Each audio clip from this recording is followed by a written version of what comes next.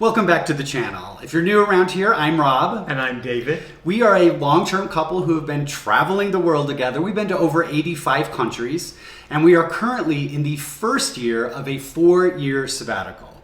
Today we want to talk to you about a country we have really enjoyed, Vietnam, and specifically Ho Chi Minh City, why you may or may not want to visit there. So a little backstory, one of the reasons I was so interested in coming to Vietnam on this trip, and specifically Ho Chi Minh City, is that I've been there before. 20 years ago, in 2001, I went on a solo backpacking trip, which included a month in Vietnam. David did travel with me a little bit on that trip, but he wasn't there when I went to Vietnam. He was actually working.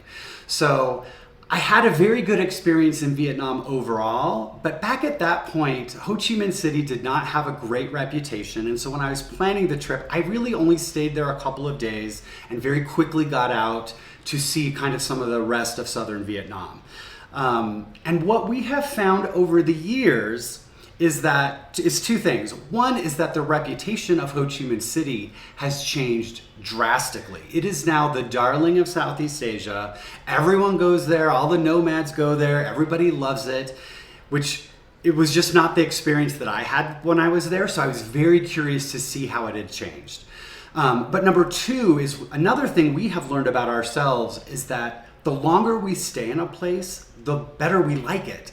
So if you come to a place for a couple of days, maybe you like it, maybe you don't, just sort of depends on, how you vibe.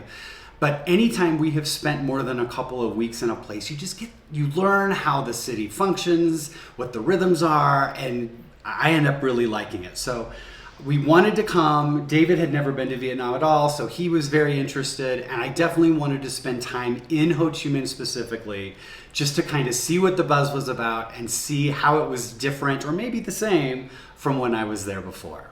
I think the number one reason why I enjoyed going to Ho Chi Minh City was because of the food. The food. Yeah, and the thing is, I wasn't very familiar with Vietnamese food. I had heard of pho and banh mi sandwiches, but they weren't something that I had personally had a lot of experience with. The best banh mi ever. Mine's meatballs, and I'm really happy with my choice.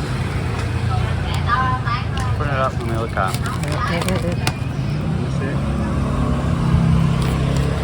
So coming to Ho Chi Minh City and eating out at all of the fantastic restaurants was one of my favorite things. Particularly, we loved the pho, the beef pho. We found a couple restaurants where it was amazing. We had banh mi sandwiches, which are so cheap and easy to get everywhere on the streets. And so many other local foods are really fantastic and worth your time seeking out and eating. And another reason I really enjoyed the food this time is because I didn't the last time. So back in 2001, there was no YouTube, there were no bloggers.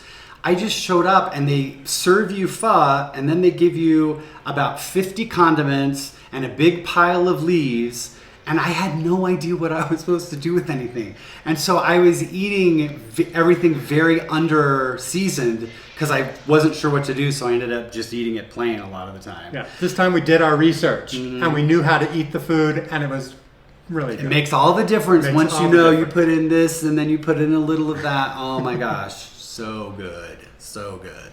And then another reason people really like the food in Vietnam is specifically the coffee culture. Now, we are not coffee drinkers. I don't like anything that's bitter. And so as much as I can see the romantic side of drinking coffee, I just don't like it because it's bitter. But they had something that we really wanted to try called egg coffee, where they take some very strong coffee and then they whip up, is it the egg yolks? Egg yolks. They whip up the egg yolks with some lots of sugar. And so it's very sweet and it's sitting on the top. And so we went to this cute little cafe and I ordered egg coffee. And did you get? I got an egg cocoa. Yes. So, and we tried that.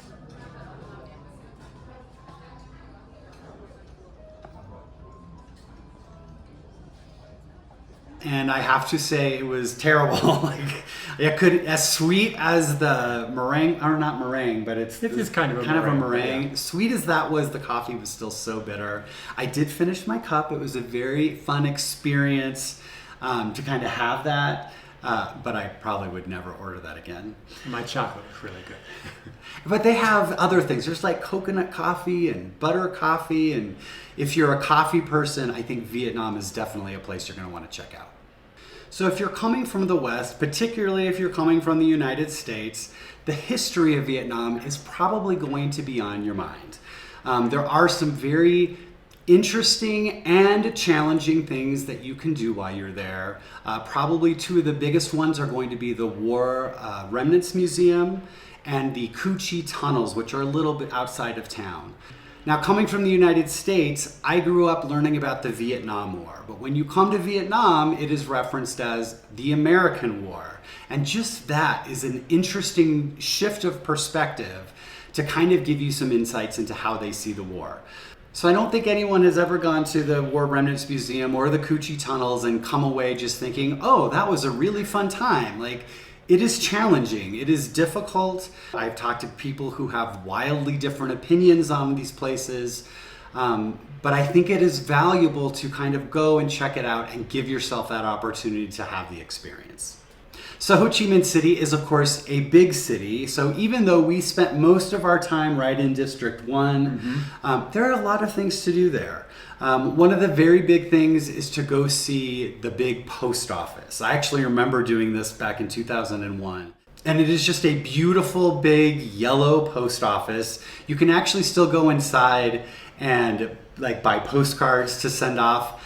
I'm pretty sure from my memory, which is shady, but I think it is much less utilized than it used to be. It's mostly full of souvenir shops now, but there was a place you could still go buy postcards. That building's claim to fame is that it was designed by Eiffel, who designed the Eiffel Tower. So it's kind of cool to see one of his other designs in a completely different country. And it is just a big, beautiful building. It's not going to take you that long to check it out, but it's one of those things you're going to want to go see. Yeah. And it's very close to a lot of other iconic Ho Chi Minh City architectural buildings. And right across the street, you'll find the Notre Dame Cathedral. Yes, they have one too. It seems very, very Parisian with the Eiffel and Notre Dame right there. If you walk a little closer to the center of town, you'll run into the town hall, which is a gorgeous building, and also the opera house, which is a nice building to look at.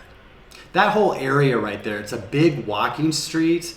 And in the evenings, it is just, everybody comes out. There's like big groups of people that all like have a house cat and they're taking their cat out for a walk. And then there's another big group of people that have their little dogs. And then there's a bunch of young people trying to skateboard, but not very successfully. Yes. They were learning. They were learning. They were doing good. But it's just a big walking street. On the weekends, it's especially busy. Lots of vendors with food and snacks. And it's a lot of fun. Definitely go on the weekend and walk around. Yeah. And then just down from there, that sort of walking path ends on the river. And there's a river waterfront you can walk around. It wasn't always a lot of stuff happening, but like the last week we were there, they had set up, I'm not sure what it was for, but there was all this like light display and they put lights out on and lit up all the grass and a little thing you could walk through that was all pink and purple. And so it's all kind of connected there, but that was fun to walk around. Yeah. And during the day, it's very hot and it's pretty exposed on the waterfront, but there are some places to grab an ice cream and we really enjoy doing that. Yes. So another place to go for the history buffs is Independence Palace.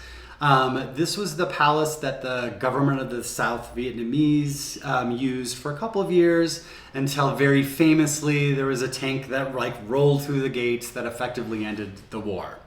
It is now basically a museum. I think they perhaps use some of the rooms for official functions, but mostly it's just a museum. I think it cost us, about $2.50 to get in. And then you can just walk around and look at some of the big meeting rooms. There's some really nice exhibits kind of talking about the history, which are some are in English, which was nice. And then just big, beautiful grounds to walk around. Yeah, it's got all the original furniture from back in the 70s, and it just really looks incredible. Yeah, there's a helicopter on the roof. It's a worthwhile place to look around. We did have the opportunity to go to one of the art museums, the Ho Chi Minh City Museum of Fine Arts. We really liked it. There was a lot of local art, and I think that was probably the best thing about it. Yeah, for sure. Other than the hive of bees on the roof, which we watched for a while. But the art is beautiful. They have a couple different buildings. One building has contemporary art, and it goes all the way back to ancient art, stone artifacts. And so there's a lot of history there also to take a look at. And if you're so inclined, there is a zoo and botanic gardens that you can go walk around. We did because we were looking for birds. We actually met a local birder there and had a very fun afternoon with him, kind of walking around.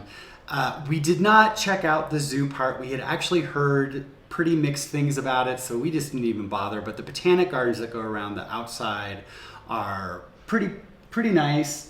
And we did see quite a few interesting birds. Yeah, it's really the only place in the core city where you can feel like you're in nature.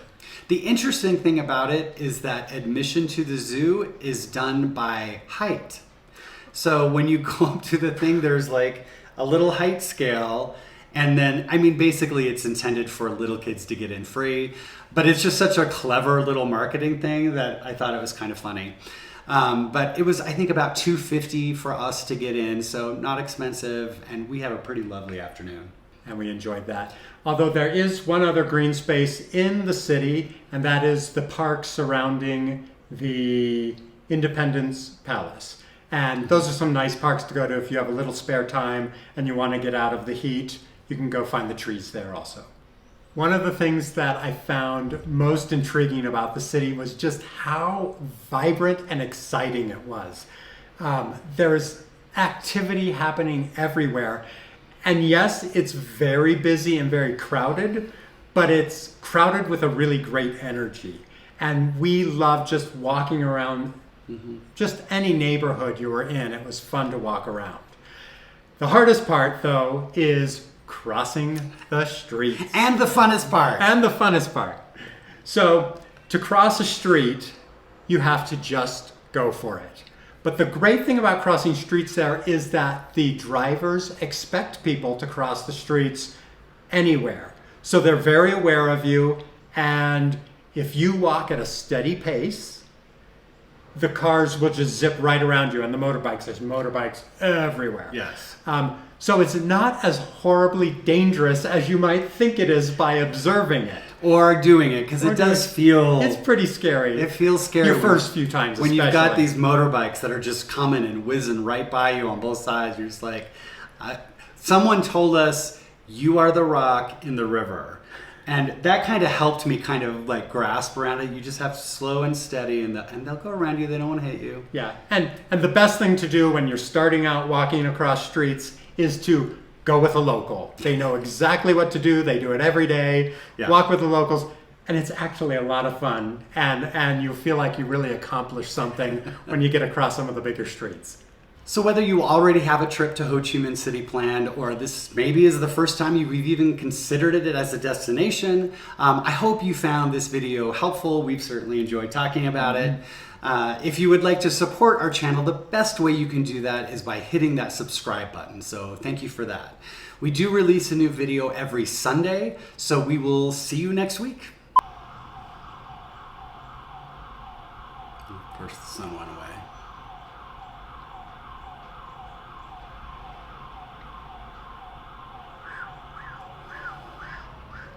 Okay.